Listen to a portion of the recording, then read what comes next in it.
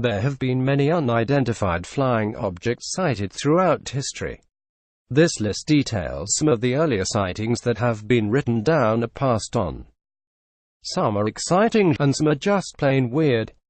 Several surprisingly big names have reported UFOs throughout history. Number 10. Astronomer Edmund Halley, who documented Halley's Comet, has seen two unidentified craft in his career.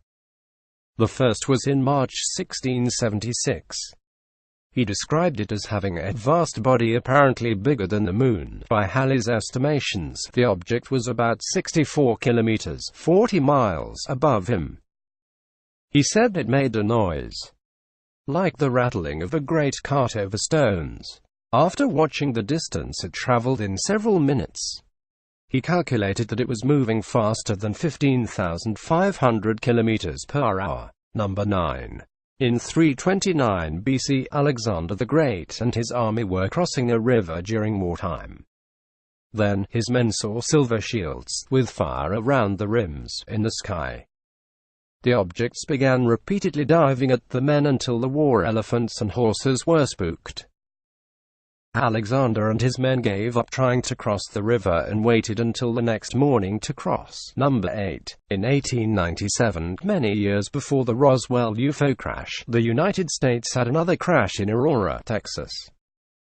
At around 6 a.m., the ship crashed into Judge Proctor's windmill and exploded into many pieces.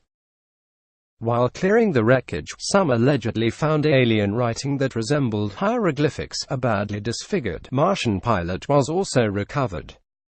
The town decided to bury the body in the cemetery, where it still is today, although someone stole the grave marker. Number 7. On the evening of August 25, 1608, near Marseille, France, a single spacecraft was seen flying erratically. After the craft stopped in midair, two beings got out and seemed to battle. The same scene was witnessed over Nice, France, also. If that wasn't remarkable enough, a similar UFO battle took place a few miles away in Genoa. The following week, a heavy, red rain fell. It's interesting to see so many witnesses to the same event in a time when air travel did not exist. Number 6. At dawn on April 14, 1561, many citizens of Nuremberg, Germany, saw a spectacle unfold in the sky.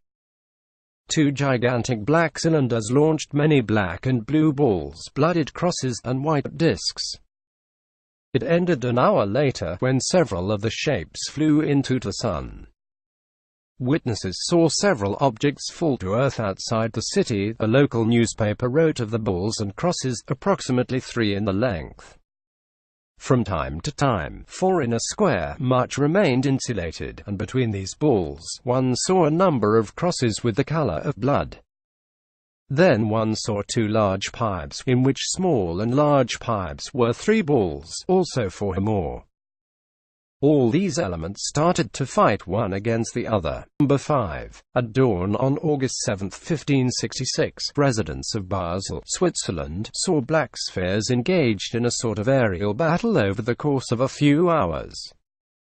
Samuel Coxius, who co-signed the events in Basel's Gazette, wrote, "At the time when the sun rose, one saw many large black balls which moved at high speed in the air towards the sun, then made half-turns, banging one against the others as if they were fighting a battle out to combat. A great number of them became red and igneous. Thereafter they were consumed and died out." Number 4. For about a month during the winter of 1909, New Zealanders reported to several newspapers about seeing airships of all different sizes. The reports came in from different locations across the country. The areas where the airships were seen the most became so popular that citizens would stare out at the night sky looking for the phantom ship. The airship sightings were reported day and night, but never had any witnesses closer than 30 meters, 100 feet away. During the times of the sightings, no airships were known to be in the sky over New Zealand. Going by the accounts of witnesses, the sightings started in the southern part of New Zealand and moved north before heading to Australia. Number 3. In 1639, a strange light was spotted over Boston. It sped back and forth from Back Bay Fence, across the Charles River, and toward Charlestown. Governor John Winthrop even made a note about the event in his journal. The main witness was said to have good reputation, activity, and estate in Boston. The description of the event is as follows: in this year one James Everell, a sober, discreet man, and two others, saw a great light in the night at Muddy River. When it stood still, it flamed up, and was about 3 yards square. When it ran, it was contracted into the figure of a swine. It ran as swift as an arrow towards Charlestown, and so up and down, for about 2 or 3 hours. They were come down in the lighter about a mile, and, when it was over, they found themselves carried quite back against the tide to the place they came from.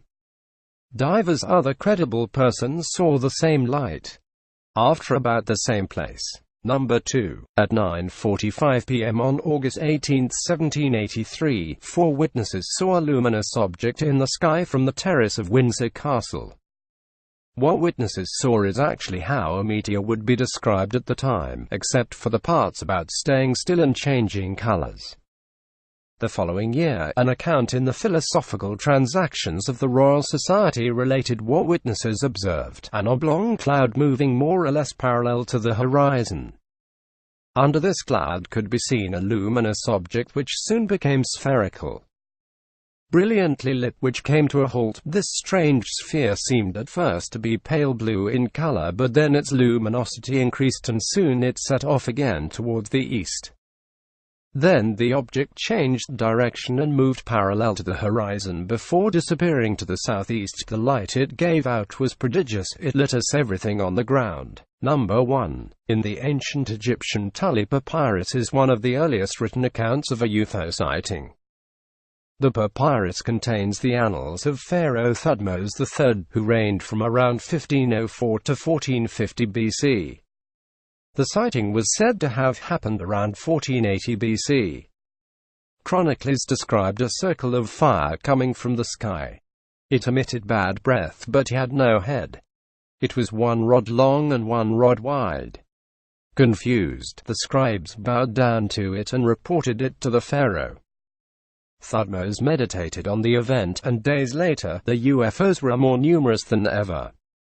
The pharaoh and his army looked on as the fire circles raised higher into the sky. Incense was burned, and the pharaoh told the scribes to remember the day as a day of importance.